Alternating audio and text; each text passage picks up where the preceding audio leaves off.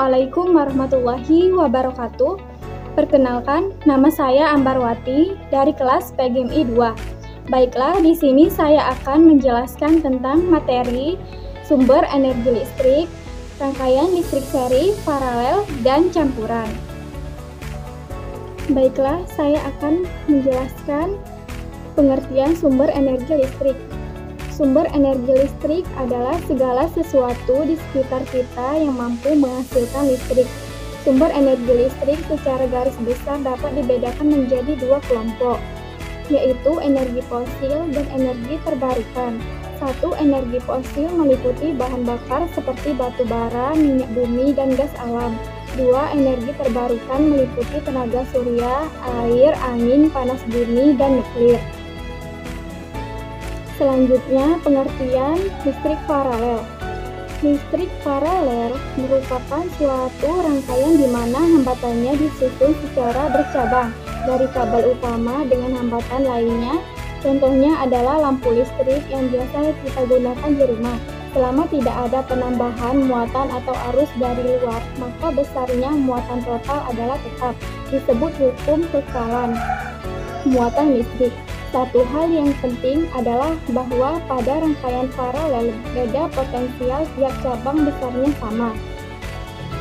Pengertian rangkaian seri adalah sebuah rangkaian elektronik atau listrik yang proses penyusuran rangkaiannya dilakukan dengan menggunakan cara berurutan.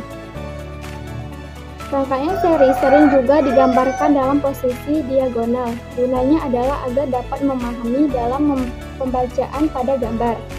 Selanjutnya, pengertian rangkaian listrik campuran. Rangkaian listrik campuran adalah gabungan dari rangkaian seri dan rangkaian paralel untuk dapat mencari besarnya hambatan yang terdapat pada rangkaian campuran. Terlebih dahulu, kita harus mencari besaran hambatan pada tiap-tiap model rangkaian. Setelah kita menemukan besaran hambatan pada kedua rangkaian tersebut, kemudian kita mencari hambatan dari gabungan rangkaian akhir yang telah kita dapat. Perbedaan rangkaian listrik seri, paralel, dan campuran. 1. Cara menyusun komponen listrik. 2. Penyusunan kabel dan saklar. 3. Kontinuitas komponen listrik. 4. Hambatan total. Kelebihan dan kekurangan rangkaian listrik seri, paralel, dan campuran. Kelebihan rangkaian listrik seri. 1. Kuat dari arus listrik yang mengalir pada setiap bagian memiliki besaran yang sama. 2. Cara membuat rangkaian seri tidak rumit dan tergolong lebih mudah. Kekurangan pada rangkaian listrik seri. Pada rangkaian seri, apabila ada salah satu alat listrik yang dilepas atau rusak, maka arus listrik akan terputus semuanya.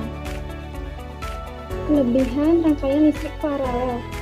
1. Jika ada salah satu komponen yang dimatikan, maka komponen lainnya dalam rangkaian paralel akan tetap hidup. 2. Arus listrik yang dimiliki setiap rangkaian paralel akan selalu sama. Kekurangan rangkaian listrik paralel. Pada rangkaian paralel, arus listrik yang dimiliki setiap komponen akan berbeda. Rangkaian paralel membutuhkan lebih banyak kabel untuk menghubungkan beban listrik sehingga biayanya pun lebih besar. Kelebihan rangkaian listrik campuran. 1. Dapat menyediakan suplai listrik yang efisien dan konsisten. 2. Dapat menyediakan suplai listrik yang lebih stabil. Kekurangannya, rangkaian campuran memiliki kelebihan dan kekurangan dari rangkaian seri dan paralel. Pengaplikasian rangkaian listrik dalam kehidupan sehari-hari. Rangkaian listrik seri. 1. Lampu hias, lampu taman, setrika listrik, dan kulkas. Rangkaian listrik paralel. 1. Lampu lalu lintas, lampu jalan raya, transmisi listrik jarak jauh. Rangkaian campuran. Penggunaan lampu yang menggunakan rangkaian campuran. Dalam rangkaian campuran ini, lampu berfungsi sebagai elemen seri yang memiliki beban listrik yang lebih tinggi dari elemen paralel lainnya. Kesimpulannya adalah rangkaian paralel merupakan suatu rangkaian di mana hambatannya disusun secara bercabang dari kabel utama dengan hambatan lainnya.